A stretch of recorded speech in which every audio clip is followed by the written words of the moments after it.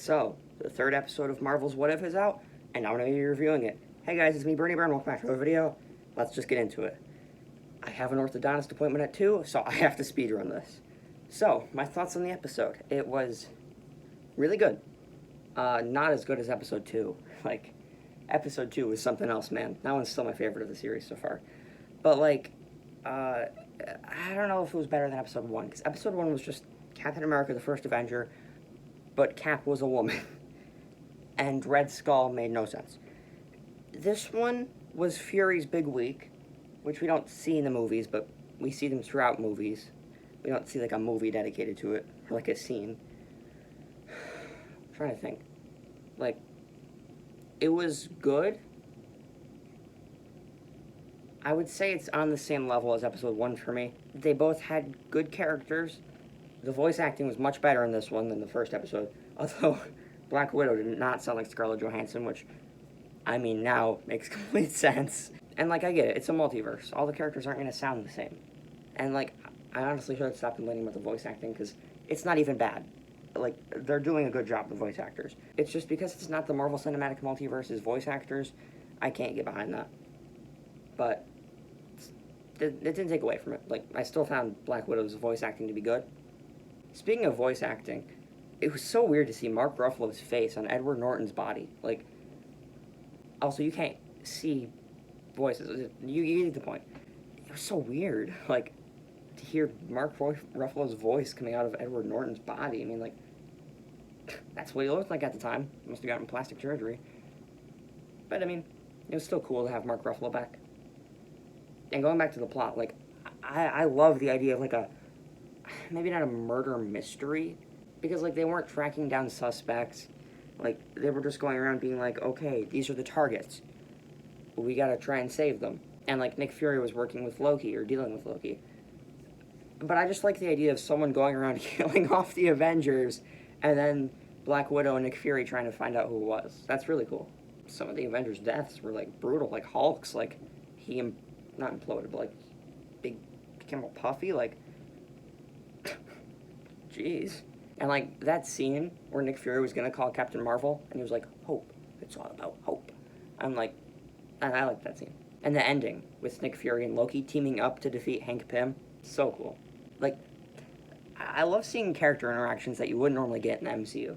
Like Nick Fury and Loki. Like, that's just so cool. But, like, the ending with Loki taking over the world, I don't know, after seeing his, like, better side in Loki, it was weird to see the Loki that wants to take over the world again. But, you know, it was his character at the time, and I guess Thor's death must have motivated him or something. You know, I'll say this, I think the part of the episode that I disliked, maybe not disliked the most, because it was still cool, I don't really understand the Nexus event of this. Okay, I was going to say I don't understand the Nexus event of this episode. Obviously, it's the Avengers dying. But they're trying to tell me that the reason the Avengers died, the true Nexus event, was because Hank Pym was more mad that his daughter died. And, like, I haven't seen Ant-Man, the first one, so I have no clue. I don't think his daughter's dead. So, like, she's dead in this timeline.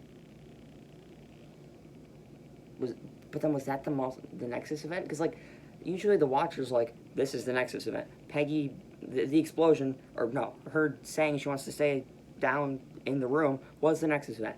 Then he said T'Challa being abducted was the Nexus event. It was clear in those episodes. This one I didn't really understand what it was, and I wish the episode made it clearer. But yet again, I haven't seen Ant-Man, so no clue.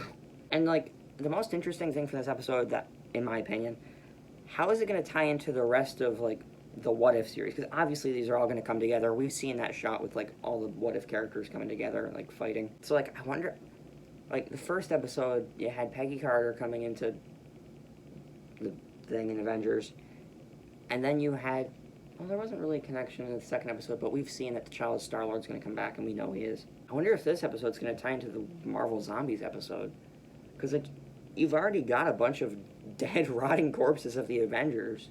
Yeah, it could change a lot. Yeah, it's really interesting. I don't know. I can't wait to see, like, how these are all going to come together.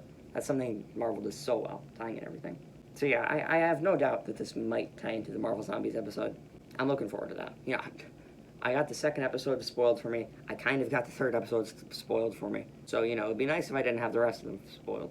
I mean, like, obviously I know some episode premises, like the zombies episode, the evil Doctor Strange one. If I had to guess which one's gonna be next, I think it's gonna be that one. And I'm hoping I don't get it spoiled. But yeah, that was it for the video, guys. Let me know what you thought of the episode down below. And I'll see you guys hopefully soon. I know my videos literally have just been consisting of these reviews because they're easy to make and easy to record. I'm working on a Fortnite video, but it's taking way too long. It's the end of summer. You know, I gotta worry about school coming up, school shopping, just school. So, you know, obviously when school comes around, uploads are gonna be a lot less frequent. And like, I probably won't do these like TV show reviews that much anymore because I'll just be so busy. Like, I won't probably do a review of the Book of Boba. Like, I might do a series review for the shows, and then I will review movies still. Especially Spider-Man. That trailer was so good. I can't wait to see that. Thank God we're seeing it opening night. But, yeah, see you guys in the next video. Peace.